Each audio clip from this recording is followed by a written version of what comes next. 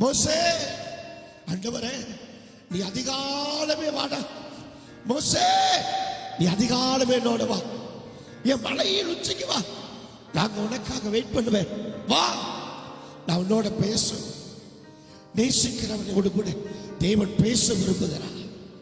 நேசிக்கிறவனோடு தேவன் பேச விரும்புகிறார். தேவன் டைமை பிக்ஸ் பண்றாரு, தேவன் நேரத்தை பிக்ஸ் பண்றாரு. வா, இந்த நேரத்துல நாங்க காத்திருப்பேன், நீ வந்துரு. மோசே அதிகாலமே எழுந்து ஆயத்தமாகி மலையின் உச்சிக்கு போன உடனே கர்த்தர் அங்கே இருந்தா. மோசையும் தேவனும் மோசையும் பேசினார்கள்.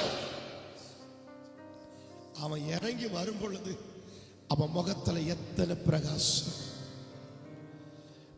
நான் கற்றுக்கொண்ட அநேக பாடகத்துல ஒண்ணு, நீ மனுஷனோட ஒரு 10 வார்த்தை பேசு, நீ ஒண்ணு ஆவில முறிஞ்சு வருவ, இல்லைன்னா நீ ஆவில துக்கப்பட்டு வருவ, இல்ல ஏதோ ஒரு பாரத்தோட வருவ, ஏதோ ஒரு கவலையோட வருவ.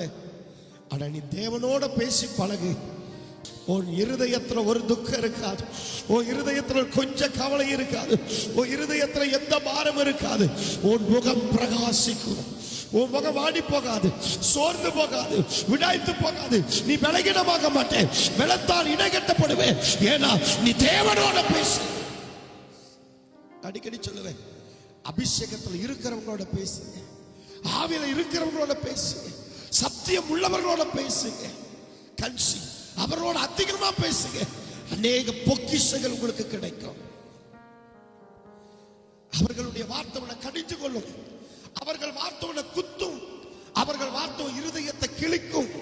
ஆனா உன்னை பலத்தால் இடைகட்டி நிறுத்தி உன்னை பூரணப்படுத்தும். ஆண்டவர் இன்னைக்கு காலையில முதல் தீர்மானம், நீ மனுஷனோட அல்ல தேவனோட பேசி பழகு.